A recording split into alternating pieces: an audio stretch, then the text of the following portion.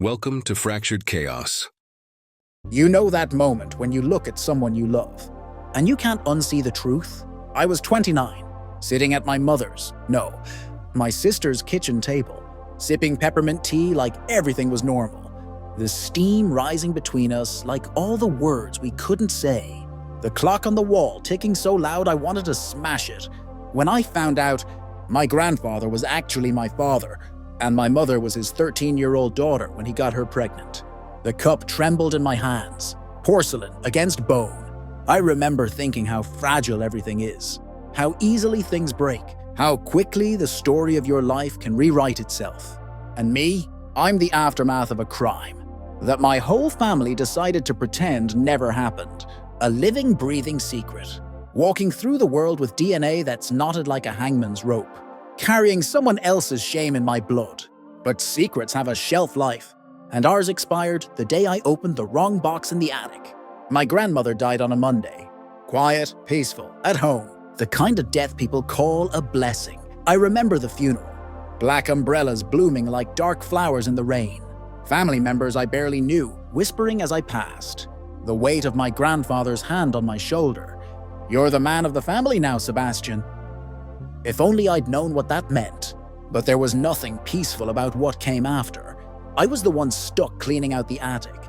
The designated family historian, they called me. Sebastian the responsible one.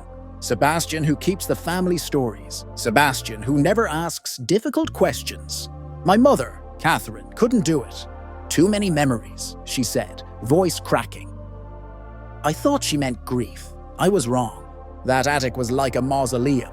Dust, broken clocks, and piles of family history in ripped boxes. Light filtering through a dirty window, illuminating 30 years of forgotten birthdays and Christmas decorations no one had the heart to throw away. The floorboards creaked under my weight, each step releasing the scent of old paper and forgotten things. Like walking through a graveyard of memories. I found my grandfather's military medals. My grandmother's wedding dress, yellowed with age. A photo album filled with vacations I barely remembered.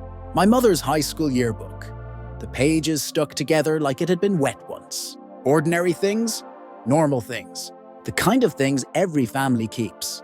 But one box, it didn't belong. No label, no dust, just clean tape. And an old baby rattle tied to the handle with twine. Like someone had recently sealed it. Like someone had been up here, remembering, or hiding. The rattle was familiar somehow. Blue plastic with faded yellow stars. I thought maybe it was mine. I shook it. Still worked. A soft, gentle sound. The sound of innocence. Inside, there were photos of me as a newborn. But none of them had my mother in them. Instead, there was a girl. 13, maybe. Thin. Pale. Wearing the same pendant my mom always wears now. A silver cross on a delicate chain. The one she touches when she's nervous. The one she never takes off, even to shower. She was holding me. But her eyes weren't on the camera. They were fixed on something outside the frame, wide with fear. A child holding a child. Both of us looking lost. I recognized that look. I'd seen it before. When my grandfather entered a room. When he raised his voice. When he stood too close. When he'd say, "Catherine, come help me in the garage." And she'd go rigid, like prey before a predator. I flipped the photo over, and written on the back, in smudged ink, "Pray for her, 1995. I was born in 95. The air in the attic suddenly felt too thick to breathe. Outside, a neighbor's wind chime jingled in the breeze. Normal sounds. The world continuing like nothing had shifted. Like the foundations of my life weren't crumbling beneath me. I took the box with me. Didn't tell anyone. That was risky. Because I had a feeling I wasn't supposed to see it. That night, I laid the contents of the box across my living room floor. More photos, a hospital bracelet, a lock of baby hair, mine.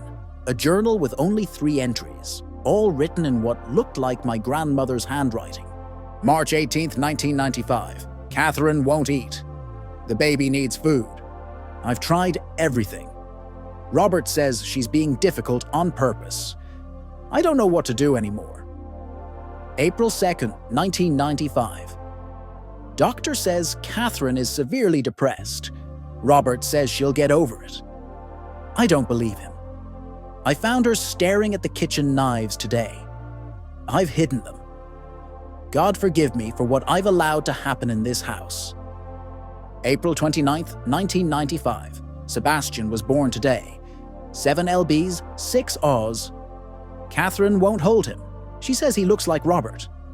I've told everyone in town that he's mine.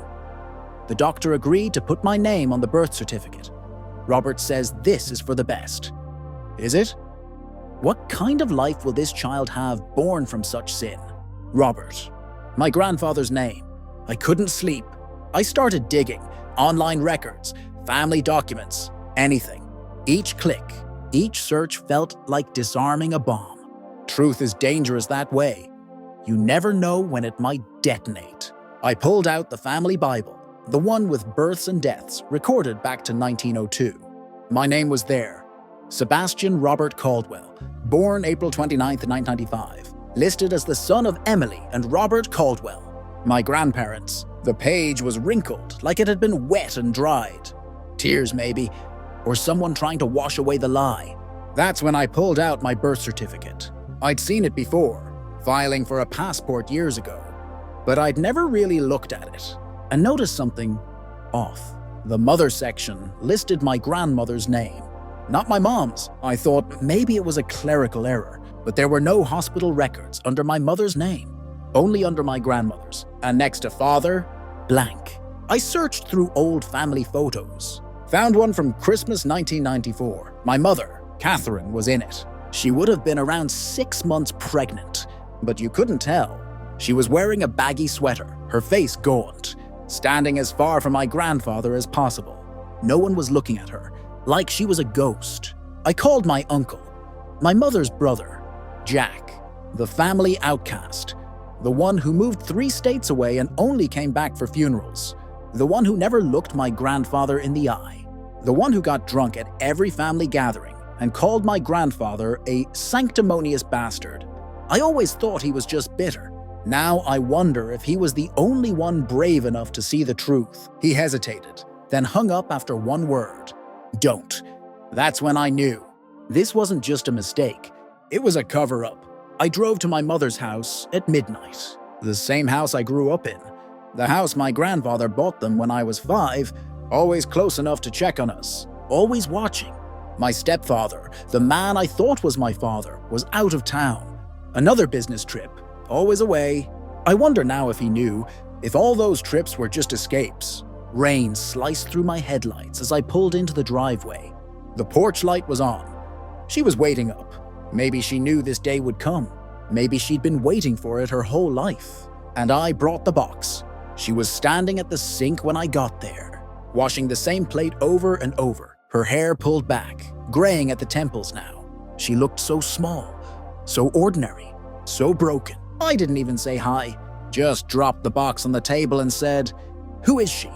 She froze. Her hands started shaking, but she didn't look surprised. The plate clattered in the sink, a hollow sound, like bones breaking. She whispered, "You weren't supposed to find that." I asked again, "Who is she?" And that's when she broke. The girl in the photo was her at 13, pregnant, terrified, impregnated by her father, my so-called grandfather. "He came into my room at night," she said, voice hollow. "Started when I was 11. Nobody believed me. Mom said I was making it up for attention. She sat down at the table, hands still wet from the dishes. When I got pregnant, they sent me away. Told everyone I was at a special school for troubled girls. When I came back, you were there. My baby brother, they said. Mom had a miracle pregnancy in her 40s. I thought I'd be angry, but all I felt was a vast, endless sorrow. For her, for the girl in that photo, for the childhood that was stolen, for the mother who was never allowed to be one. And then she said it, 'You're not just my son, Sebastian. You're my brother.' I remember standing there, feeling like the walls were bending, reality folding in on itself. Everything I thought I knew about myself, unraveling. Who was I now? What did this make me?" Then she said something I'll never forget. "He said if I told anyone, he'd kill you before you turned 1. The threat of violence against a baby, against me, had been enough to buy 30 years of silence. She started to cry then, not the quiet, dignified tears I'd seen when my grandmother died, but ugly, wrenching sobs that seemed to come from somewhere ancient and wounded. "I wanted to protect you," she gasped between sobs. "I wanted you to have a normal life." Normal? What a cruel joke! Nothing about this was normal. Did Tom know? I asked. Tom, my stepfather, the man who raised me. She nodded, wiping her face with her sleeve. Not at first. I told him before we got married.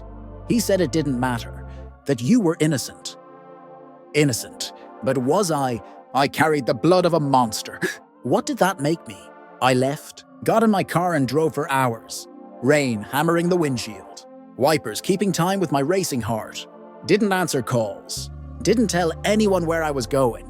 I thought about driving off a bridge, about disappearing, about how easy it would be to just stop. But something kept me going. Maybe anger.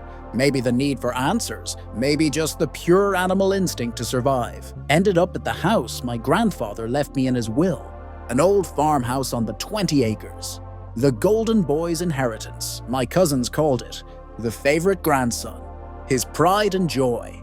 Now I know why. I wasn't just his grandson. I was his son. His second chance. His legacy. I hadn't stepped inside since the funeral. I don't know what I was looking for. Closure? Proof? Maybe I just wanted to face the man who destroyed everything, even if he was already dead. The key stuck in the lock, like the house itself was resisting me. Inside smelled of dust and old cologne, the kind he always wore to church on Sundays. Sitting in the front pew, respected community leader, Deacon Robert Caldwell. The man who taught me how to fish and how to change a tire. The man who walked my mother down the aisle at her wedding. My father's wedding. The man who held me on his knee and called me good blood. The irony makes me sick now. The house was still full of his junk. Tools, cigars, newspaper clippings, fishing trophies, Bible study notes, a framed photo of him with the governor, a shadow box with his military medals, all the trappings of a respectable life. But what is respectability? Just a costume worn by monsters. I wandered from room to room, turning on lights, half expecting to find him sitting in his recliner, judging me, daring me to speak the truth out loud. His bedroom was pristine, bed made with military precision, the same way he taught me to make mine. A man's character shows in how he keeps his space, he used to say. What does it say about a man who keeps everything so ordered? Except the secrets buried in his family. I found his closet, suits lined up by color, shoes polished to a shine. A man who cared about appearances. A man who had everything in its place, including the people around him. But behind a loose panel in his study, I found a hidden journal, leather-bound, the pages yellow with age, tucked behind an old hunting rifle. The combination to the safe, my birthday, and what I read in it. He wrote in code, but I cracked it. Simple substitution cipher, the kind you learn in Boy Scouts. Another thing he taught me. My name, S, came up often, alongside words like sin, bloodline, second chance. There were passages about my mother, calling her the weak one, describing her pregnancy like she was a problem to fix. C must learn responsibility, he wrote. Her mistakes are her burden. But then he wrote, she threatened to tell. I reminded her, his life depends on silence. He knew I existed, and he used me as leverage to keep her quiet. For 29 years, my existence was a threat and a bargaining chip. The pages continued, year after year of meticulous notes, my report cards, my sports achievements, my first communion, my college acceptance, monitoring me like a science experiment. S shows promise. My blood runs strong. S has my aptitude for mathematics. S resembles my father around the eyes. He was tracking his own traits in me, looking for himself, proud of what he'd created. I kept reading, stomach churning, names of other children, cousins, neighbors, places, dates, meticulously documented predation. This wasn't just about my mother. This wasn't just about me. This was a lifetime of calculated cruelty, hidden behind the mask of the family patriarch, the community pillar, the church leader, the respected businessman. I found a locked cabinet in the back of his closet. The key was taped under his desk drawer. Inside, more evidence, photos, letters, mementos, trophies. That's what they were. Trophies from a lifetime of abuse. I threw up in his pristine bathroom. Watched the bile splatter across the white tile. A desecration, a beginning. That's when I made my decision. I had to tell someone, even if it meant setting everything on fire. I contacted Child Protective Services, laid it all out.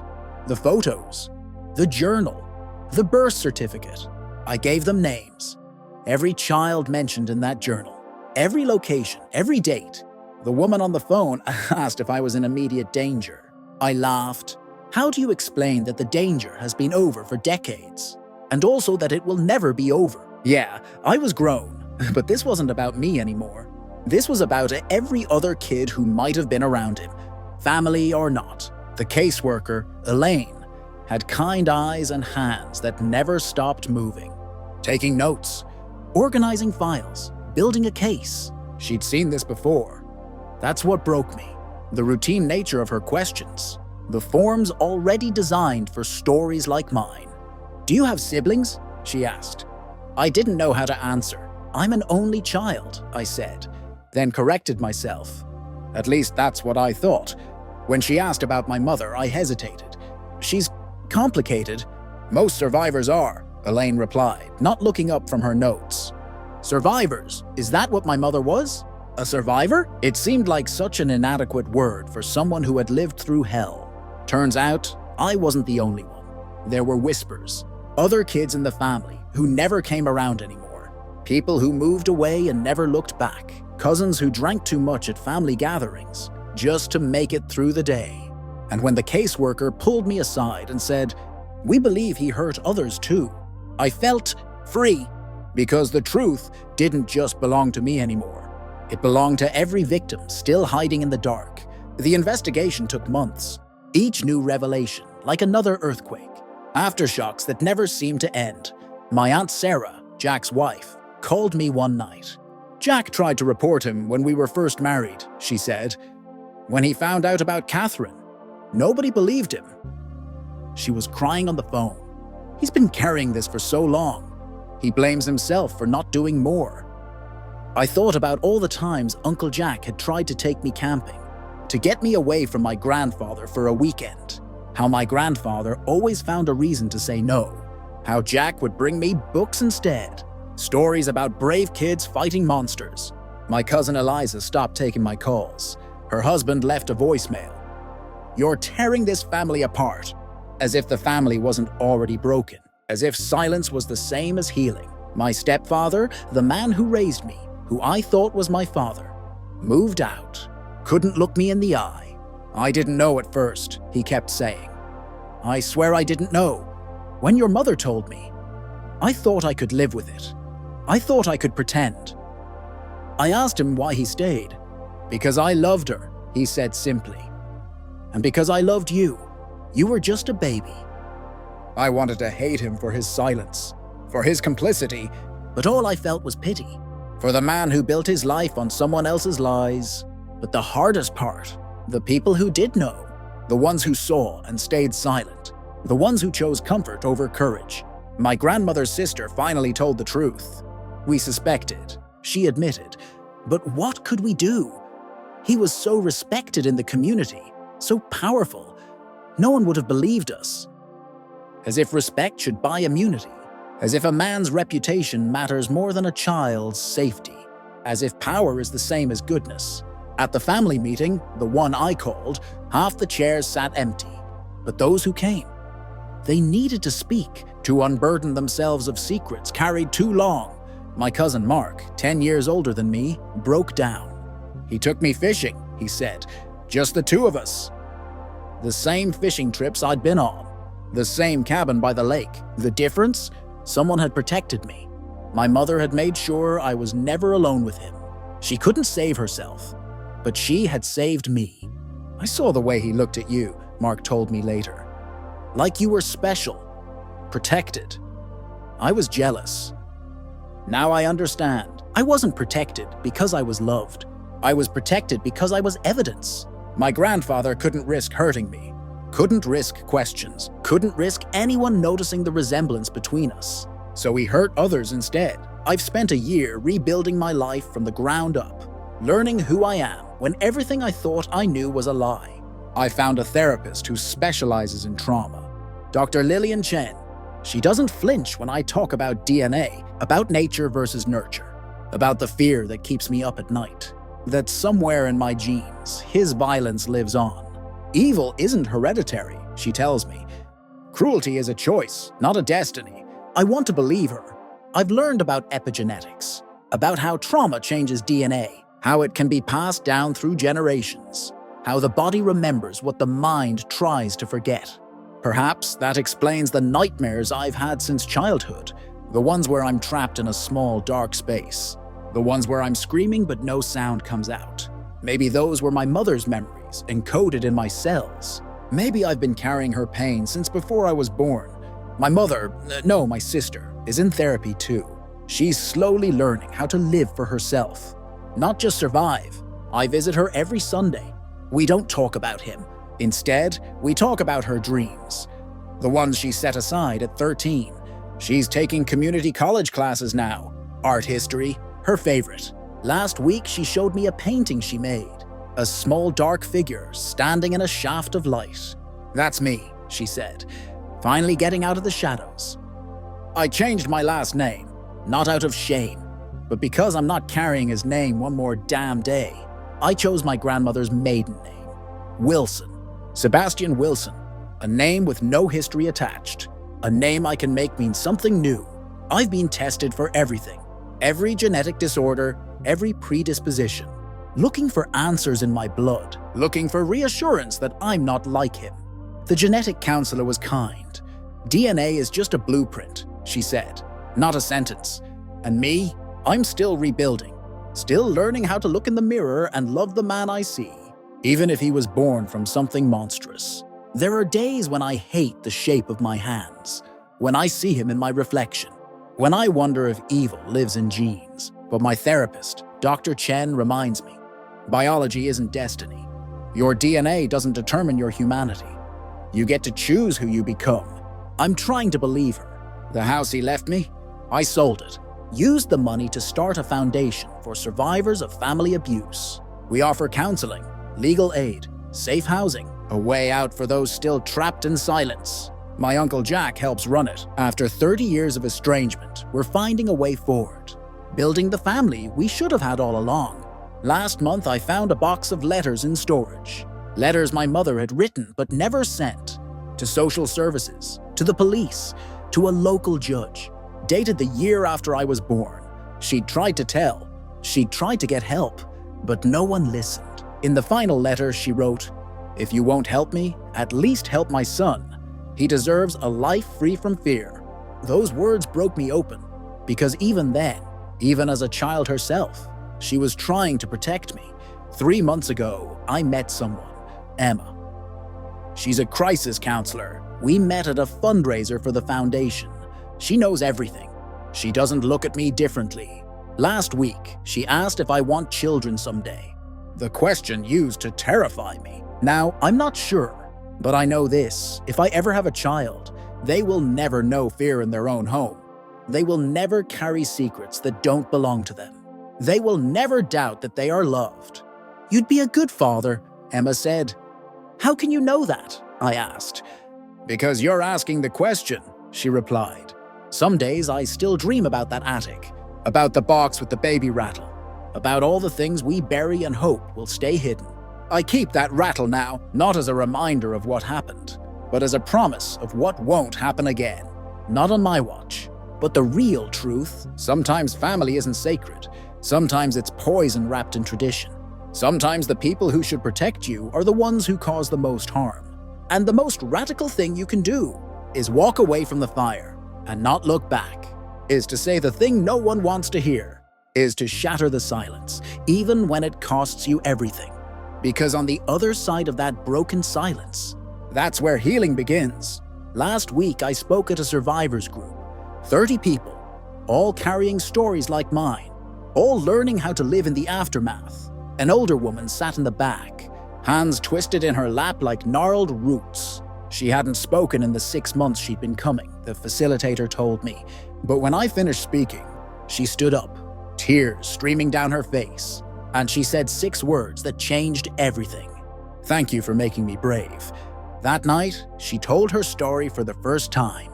60 years of silence finally broken. Because someone else went first. Because someone else said, "This happened, and it was wrong." That's the thing about truth. It doesn't just set one person free. It creates a path for others to follow. I'm still in contact with the investigators. Still piecing together the full extent of what my grandfather did. Still helping others come forward. The work is hard. Some days I can barely get out of bed. The weight of it all pressing down like earth on a coffin. But then I remember that girl in the photo. 13 years old, terrified, alone, holding a baby she couldn't claim as her own. I do this for her, for the child she was, for all the children who never got to be children. My mother called me yesterday. "I'm proud of you," she said, words I'd waited my whole life to hear. "I'm proud of us both," I replied.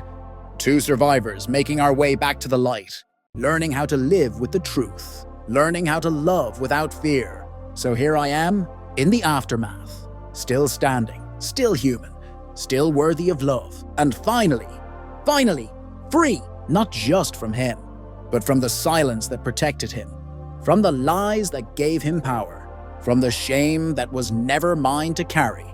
I am Sebastian Wilson. I am not my origin story. I am what I choose to become, and I choose to be free.